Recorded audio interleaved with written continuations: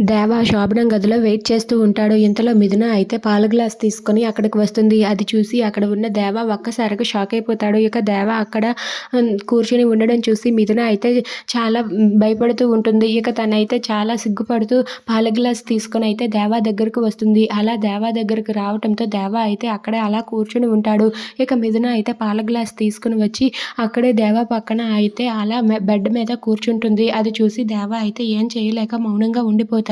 ఇక మిథున అయితే ఆ పాల గ్లాస్ తీసుకొని దేవాకి అయితే ఇలా ఇస్తూ ఉంటుంది. అది చూసి దేవ అయితే ఒక్కసారిగా షాక్ అయిపోతాడు. ఏంటి ఇప్పుడు నేను ఇది తీసుకోవాలా ఏంటా అని చెప్పి ఆలోచిస్తూ ఉంటాడు. ఇక మిథున అయితే అలా పాల గ్లాస్ పట్టుకొని ఉంటుంది. ఇక అక్కడ ఉన్న దేవ అయితే అస్సలు మిథున వైపు చూడకుండా తన దారిన తాను కూర్చొని ఉంటాడు. అది చూసి అక్కడ ఉన్న మిథున అయితే ఆ పాల గ్లాస్ ఇస్తూ ఉంటుంది.